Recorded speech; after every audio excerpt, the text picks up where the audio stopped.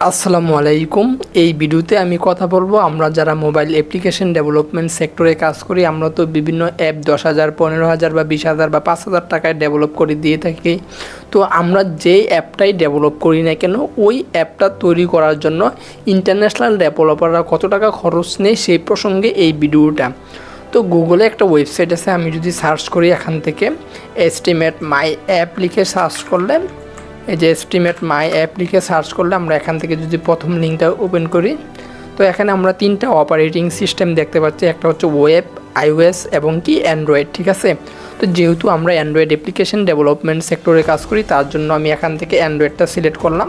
তারপর এখানে আমাদের কিছু বেসিক প্রশ্নের উত্তর দিতে হবে। তারপর নিচে এই যে টোটাল বাজেটটা দেখাবে যে এই অ্যাপটা তৈরি করার জন্য কত টাকা খরচ হবে। তো এখানে কিন্তু বলা আছে how big is your app, মানে কি আপনার অ্যাপটা কোন টাইপের অ্যাপ। তো আমি এখান থেকে এই যে স্মল বা মিডিয়াম সিলেক্ট করলাম। তারপরে এখানে বলা আছে what level of UI would you like, ঠিক আছে, মানে আপনার অ্যাপসের মধ্যে কী ধরনের ইউআই বা ইউজার ইন্টারফেস ডিজাইন থাকবে। তো আমি এখান থেকে বেসিকটা সিলেক্ট করে দিলাম।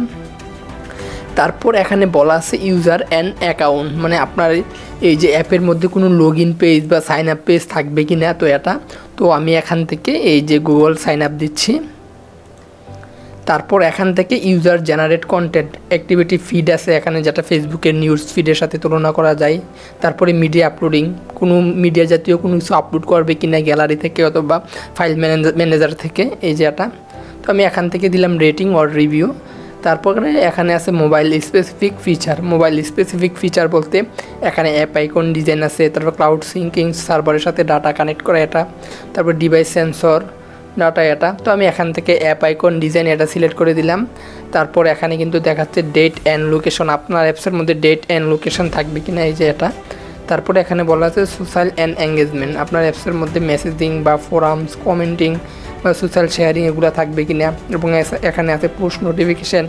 পুশ নোটিফিকেশান হচ্ছে এই যে আপনার অ্যাপসের মধ্যে যারা অ্যাপটা ডাউনলোড করবে, ওই অ্যাপসটা যখন আপনি চাচ্ছেন কোনো নোটিফিকেশান পাঠানো বা ইউজারদেরকে যারা অ্যাপটা ডাউনলোড করবে তাদেরকে কোনো তথ্য পাঠানো সার্ভার থেকে, তো যেটা আমরা ওয়ান সিগন্যাল এবং ফায়ারবেসের মাধ্যমে করে থাকি। এটা যদি এই ফিচারটা থাকে আপনার অ্যাপসের মধ্যে, তো এখান থেকে পোস্ট নোটিফিকেশান এটা সিলেক্ট করে দিবেন, এই যেটা।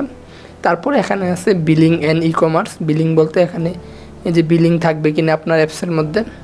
তারপরে এখানে বলা আছে অ্যাডমিন ফিডব্যাক অ্যান্ড অ্যানালাইটিক্স, তো এখানে কোনো অ্যাডমিন প্যানেল থাকবে কিনা, এই যে এটা। তারপরে এখানে আছে সর্বশেষ এক্সটার্নাল এপিআই অ্যান্ড ইন্টিগ্রেশনের কোনো কাজ থাকবে কিনা, এই যে এটা। তারপরে এখানে আছে সর্বশেষ সিকিউরিটি, টু ফ্যাক্টর অথেন্টিকেশনটা আছে এটা। তো এগুলা সিলেক্ট করার পর যদি আমরা যে ক্যাটাগরিটা সিলেক্ট করলাম, এই ক্যাটাগরি অনুযায়ী যদি অ্যাপ বা এই ফিচারের অ্যাপটা যদি আমরা তৈরি করতে চাই, ইন্টারন্যাশনাল ডেভেলপাররা এখান থেকে $27,900 নিবে। তো এর 3 ভাগের 1 ভাগ নেওয়াটা ঠিক আছে, যেহেতু আমরা বাংলাদেশি, আমাদের যেহেতু শ্রমের মূল্য কম, সেক্ষেত্রে অ্যাপ ডেভেলপারদেরও শ্রমের মূল্য কম। তো আপনি এই যে estimatemyapp.com, যেটা থেকে আপনি ক্লায়েন্টকে একটা এই যে ডেমো দেখাতে পারেন যে এই অ্যাপটা তৈরি করার জন্য এত টাকা নেয়, তো আপনি এটার এত ভাগের এত টাকা আমাকে দিয়েন। তো এখানে 3টা অপারেটিং সিস্টেম আছে, ওয়েব, আইওএস এবং অ্যান্ড্রয়েড। আপনি যে প্ল্যাটফর্মে কাজ করেন ওইটা সিলেক্ট করবেন ক্যাটাগরি অনুযায়ী।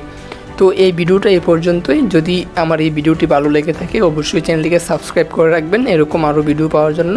ভালো থাকেন সবাই, আসসালামু আলাইকুম।